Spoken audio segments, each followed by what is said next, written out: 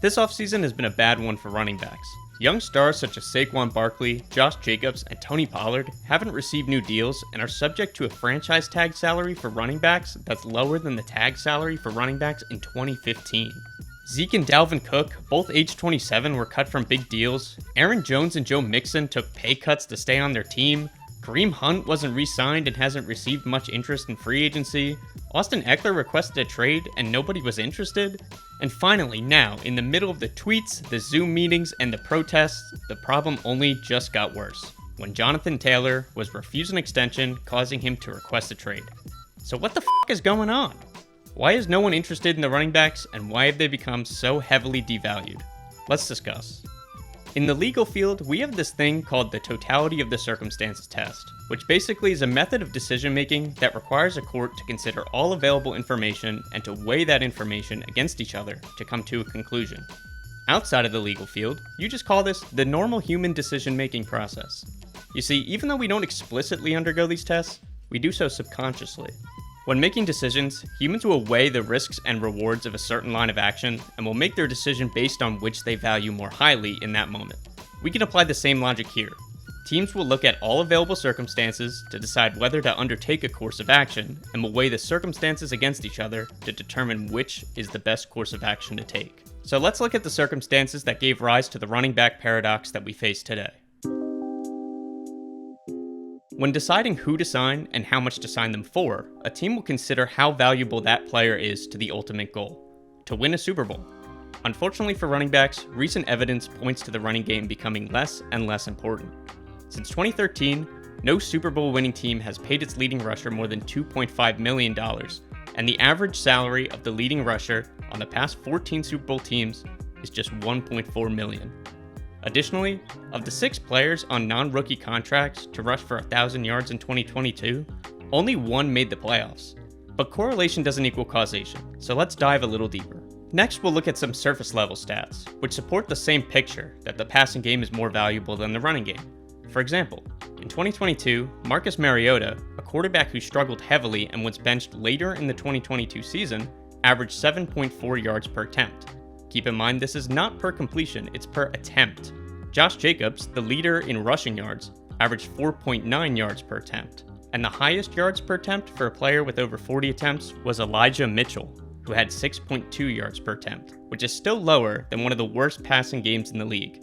Keep in mind also that Mitchell was a 6th round draft pick and has an annual salary of less than $1 million.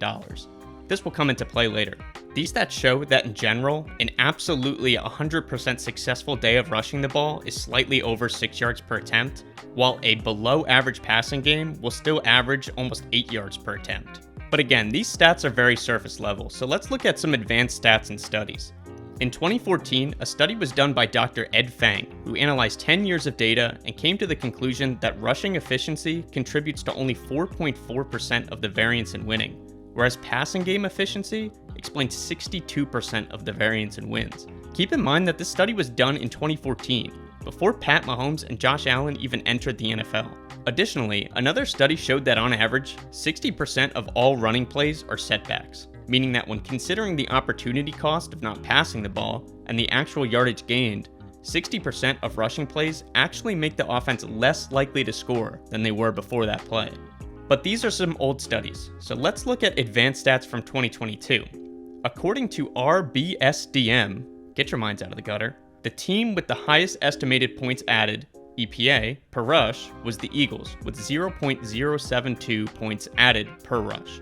According to the same site, there were only 5 teams out of 32 that even had a positive EPA per play on rushing plays, meaning that 27 teams actually hurt their chances of scoring when rushing the ball. On the flip side, the team with the highest EPA per dropback was the Chiefs, with a dropback EPA of 0.274 points added per dropback. 19 teams averaged a positive EPA per dropback, meaning that only 13 teams hurt their chances of scoring by throwing, with the bottom team being the Houston Texans with a dropback EPA of negative 0.147. For comparison, the bottom team on rush EPA was the Buccaneers, who lost an estimated 0.208 points every time they ran the ball. Lastly on this point, PFF did a study finding that the only running back measurements that even correlate to team wins are pass blocking grade, pass blocking efficiency, yards per receiving route run, and receiving grade. If you didn't notice, these tend to show that a running back's value to the team's ability to win is tied to the extent that they provide value to the passing game, not to the running game. A common counter-argument to these metrics is an argument that states that teams win more when they have more rushing yards, and this is backed by statistical data. But the problem is that this argument confuses correlation with causation, because it fails to account for a third variable, game situation. Teams don't win more because they get more run yards. Teams win more when they have more running yards because they run the ball more when they're winning. So that argument is not particularly useful. More reliable data points to the fact that the value of the running game as a whole is diminishing. When put together, all of these stats show that passing the football is far more efficient than running the ball. And not only that, but running the ball in general can be detrimental to the offense. But now let's talk about the value of individual running backs instead of the running game as a whole. Available supply in this context refers to the ability to replace a running back's production with a cheaper running back. But before we jump into this, I'd like to first recognize that running backs are human beings. The people that we are talking about are actual people. This is an abstract discussion of their value on the football field, but I don't want anyone to be under the impression that I think that these human beings are objects in any sense. This discussion is limited to the idea of the running back position in the abstract and the value that they contribute to team success. With that being said, in general, the law of supply dictates that a higher quantity of something leads to a decrease in value. As applied to running backs, this means that where there's a large amount of running backs who can achieve substantially the same result, the value of the player will decrease. The words achieve substantially the same result play an important part in that sentence, which we'll demonstrate using rushing yards over expected, which is exactly what it sounds like. Depending on the situation in the game, such as down, distance, defensive alignment, and performance of the offensive line, an algorithm is run to create an expected yards that the running back is supposed to gain. Then when the play is ran, the expectation is compared to the actual results. Thus, if a running back consistently gains more yards than they're expected to get, they're a better running back, and vice versa.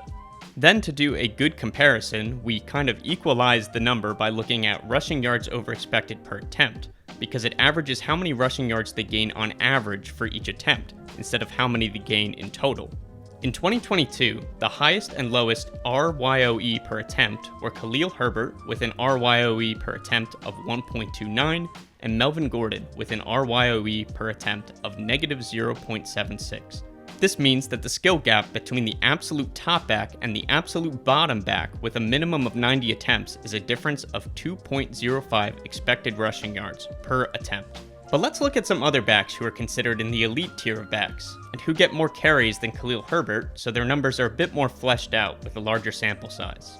The following running backs are generally considered to be the great to elite running backs in the league: Nick Chubb, Jonathan Taylor, Josh Jacobs, Austin Ekeler, Aaron Jones, Saquon Barkley, Derrick Henry, Christian McCaffrey, Dalvin Cook, and Alvin Kamara. Here are the rushing yards over expected per attempt for these players in 2022 and their average salaries in that year. There are 10 names here, but I want to be fair to the running back argument. So let's only take the positive numbers, which leaves out Dalvin Cook and Alvin Kamara, which leaves 8 players.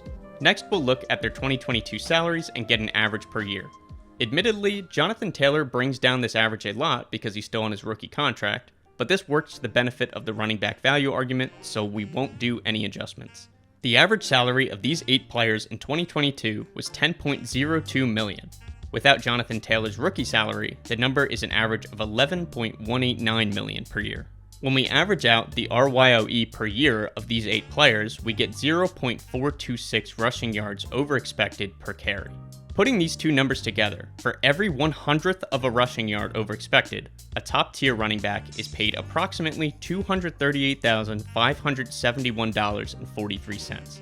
Before we move on to the backup running backs, I want you to keep in mind for this calculation that it doesn't consider Jonathan Taylor's rookie salary, it doesn't consider the RYOE per attempt of Alvin Kamara and Dalvin Cook, it also doesn't consider other guys like Zeke, who had a negative 0.34 rushing yards over expected, Najee, who had a negative 0.43, and Leonard Fournette, who had a negative 0.72 RYOE. What I'm trying to say here is that this is the most favorable calculation to running backs.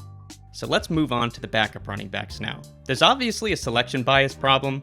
I could technically pick guys to prove whatever point I wanted to make with the video and pretend to be objective.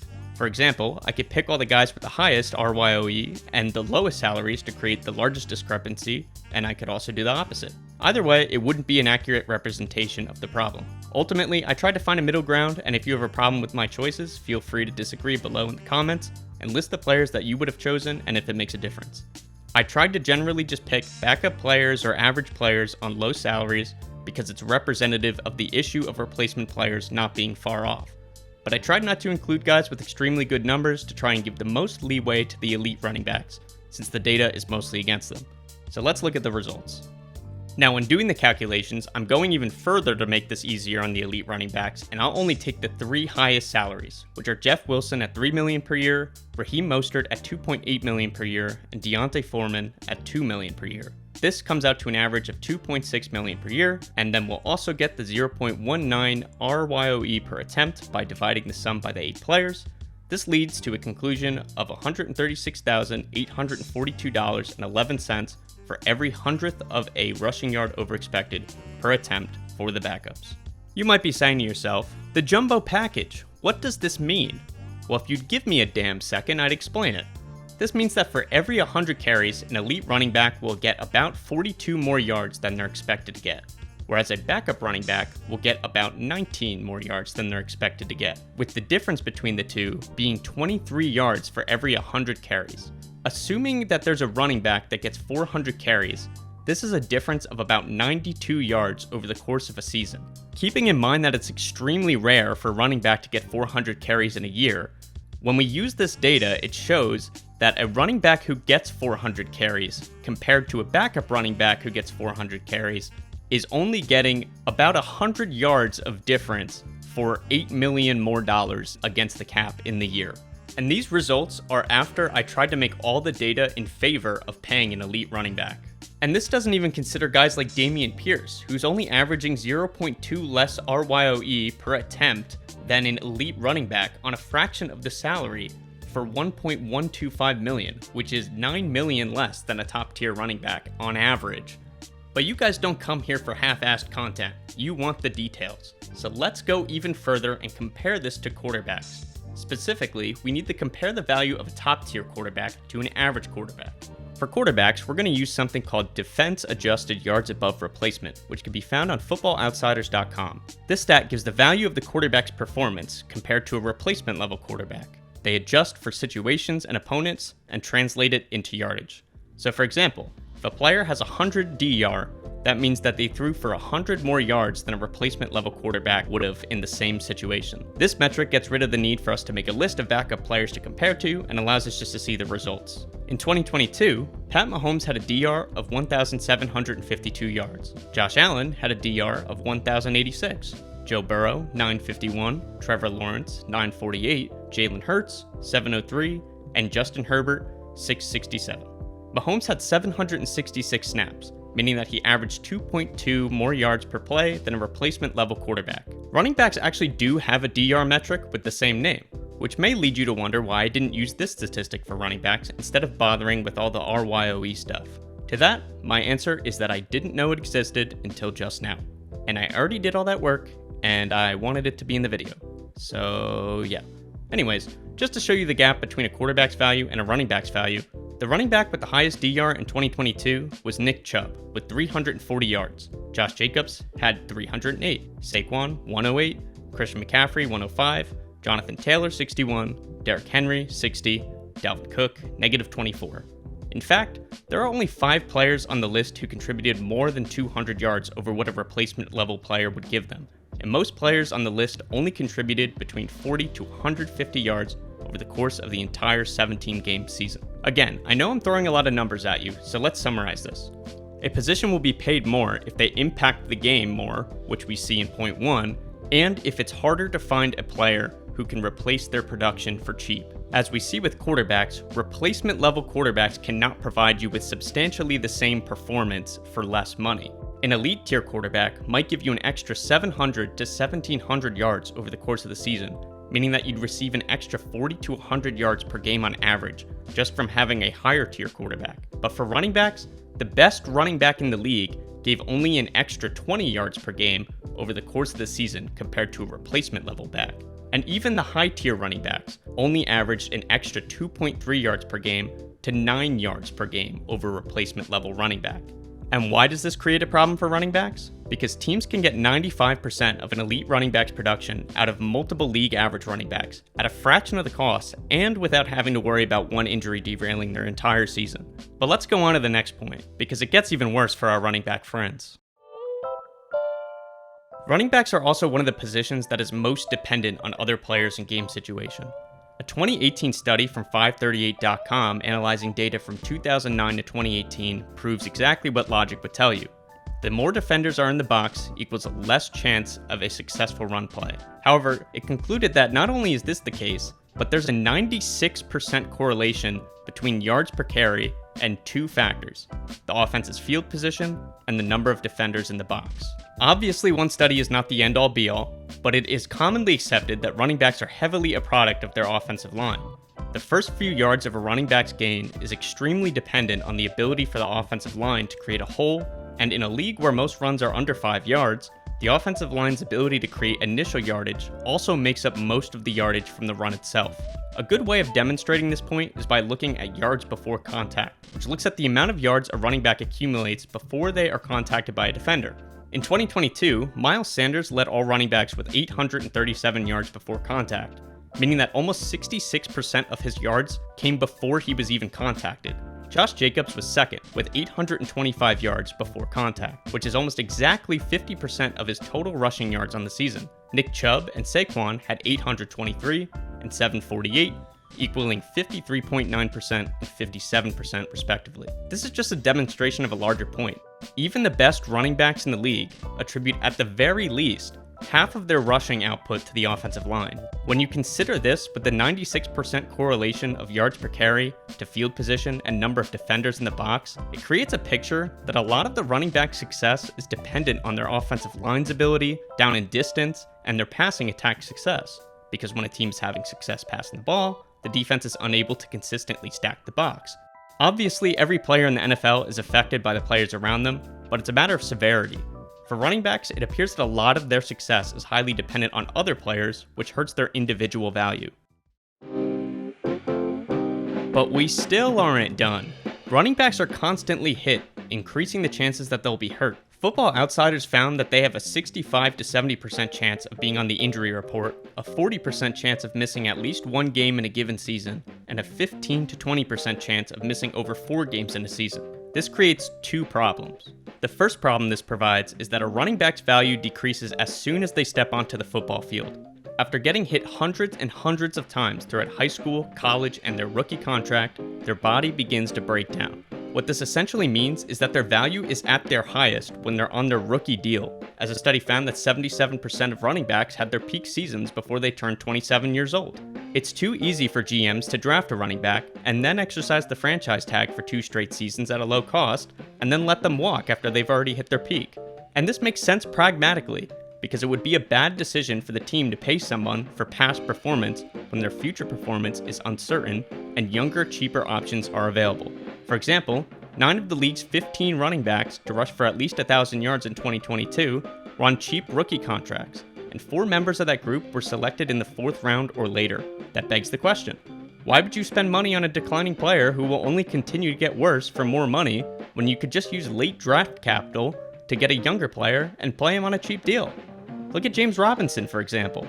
He's made only slightly over $2.4 million in 3 seasons, which doesn't include taxes, and had the 6th most rushing yards in 2020, compared to Ezekiel Elliot, who had 4 more attempts, almost 100 less yards, and cost 5 times James Robinson's entire career earnings with a cap hit of $10.9 million on the Cowboys' 2020 salary cap. But it doesn't stop there. Not only do running backs peak early, but getting hit so often creates a sharp and sudden decline, which has been seen time and time again. From 2020 to 2022, 8 running backs averaged at least $12 million in annual salary last year, and among them, only 2 players have missed fewer than 4 games in a season. Additionally, only 5 of the top 20 players in 2022 were 28 or more years old. Just so you know, I'm not trying to hide the ball. Alvin Kamara is the 20th player on this list, but I could not fit him into the screenshot, and I wanted the video to look good. Anyways, the implication of this is that after years of playing on low comparative money, they never receive the ability to cash out, and often fade out of the league quickly due to a surplus of cheaper, healthier replacements. And this is if they're able to stay healthy at all. If they get hurt and can't retain their pre-injury form, they're washed out of the league without even being able to cash out on their rookie contract, nonetheless a second one. But the nature of the running back position provides a second often overlooked problem. Because of the position's nature, teams get to view their backups in the starting role often, which may lead to the starting back losing their job, and also creates an imbalance of leverage in contract negotiations. The same problem exists from running back rotations, even without the injuries.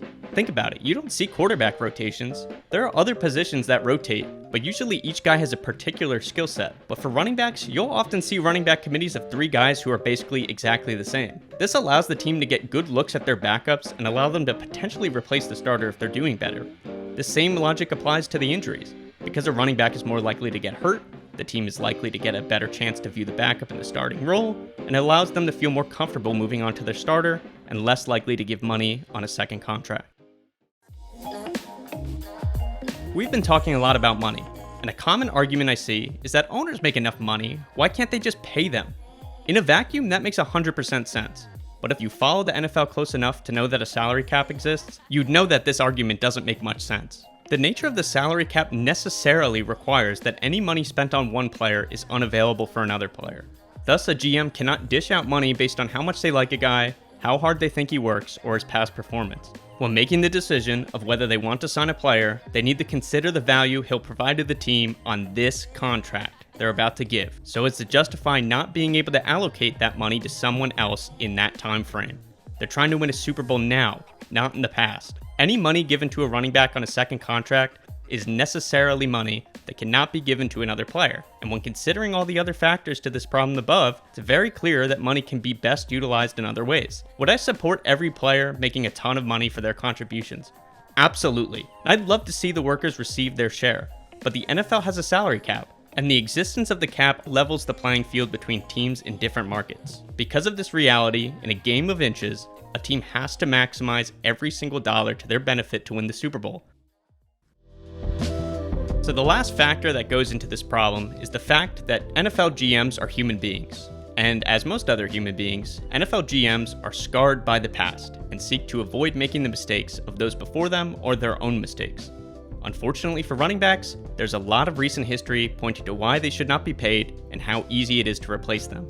Going to the latter point first, let's look at some recent examples of alternatives. The Panthers without Christian McCaffrey, Melvin Gordon to Austin Ekeler, Le'Veon Bell to James Conner, Todd Gurley to CJ Anderson, Kareem Hunt to Damian Williams, Zeke and Tony Pollard, literally any year of the 49ers running backs over the years, Dalvin Cook to Alexander Madison. The list goes on and on. You also have plenty of examples of late drafted or low paid guys coming in and playing well for long enough, like Phillip Lindsay, James Robinson, Zonovan Knight, Arian Foster, and Alfred Morris. This really hurts the ability of running backs to have an effective holdout. On the other point, recent history of paying running backs has not worked out well. Zeke Elliott was cut after year 3, only a year removed from the Cowboys having to trade Amari Cooper for salary cap reasons. Dalvin Cook was cut after year 3. Todd Gurley was cut 2 years after being named Offensive Player of the Year. Le'Veon Bell was cut during his second season with the Jets. David Johnson completely fell off in performance and was traded. And DeMarco Murray suffered a similar fate in that his play completely fell off. He was traded, and then he was cut after being traded. So here's the point. Based on all of the available data, running backs are just not worth paying in a league where you're capped as to how much money you can allocate to fill out your team. The run game's importance is diminishing as a whole. The difference between an elite running back and a backup running back is not worth the discrepancy in pay. A running back's peak is long gone by the time it comes to sign them to their next deal. The nature of the position makes it such that they're constantly injured, and recent history is not on their side. I'm not happy about the situation, and I want running backs to get paid what they deserve. This video likely doesn't give off that tone, but it's true. However, regardless of your emotional opinion, you need to take a step back and look at situations pragmatically, with hard data. And the hard data suggests that this is just the result of market forces at work, and the mixture of the causes we've discussed above. I feel for them, I genuinely do. I wouldn't want to get beat up every day, and then franchise tag just to get beat up some more, and then get discarded away before I hit the big payday. Especially considering I'd be getting older and older with each passing day, decreasing my value as a player. I'd want to feel like the team valued me for my work, just as anybody wants to feel valued for their work. But like I said, it's possible to both feel for and support a person while understanding the situation as a whole. I hope something gets worked out for them, but for right now the situation just doesn't support an increase in pay. In fact, it supports the opposite. One may argue carve-outs in the CBA can be created for them, but this argument fails to consider the fact that the NFLPA negotiates for the entire league, and often, advocating for one position group will hurt another. I've seen other solutions, such as running backs entering the draft without having to do 3 years, which may open up the ability to get a second contract at an earlier age. I've also considered the fact that if the value of the position diminishes, less people may play running back, thereby lowering the supply of available players, thereby increasing their value, and this could just be a cyclical issue in its first cycle. Ultimately, I have no idea. I'm a YouTuber with slightly over 100 subscribers, thank you by the way, who just wanted to discuss the issues, but I don't really have anything important to say. So in the words of Colts owner Jim Irsay, if we die tonight, no one's going to miss us. The league goes on. It doesn't matter who comes and who goes, and it's a privilege to be talking about it with all of you. Anyways, on that weirdly existential note, I hope you enjoyed the video. It took a ton of research and effort, but I enjoyed it a lot and would appreciate if you guys could like and subscribe to help out the channel, and also to join our community to talk some football. We don't always have to agree on everything, but it's just fun to discuss stuff. I usually also try to make my videos a bit more humorous, but this one I wanted to be a bit more technical and dive into the issues, so hopefully you guys enjoyed. Let me know if you guys have any thoughts about anything, running back or non-running back related. Also, thank you to all who stuck with me during my hiatus for the bar exam. I appreciate it. I have another video coming out soon. It is taking even more time than this one because the research for it is insane. Anyways, thank you all. Later.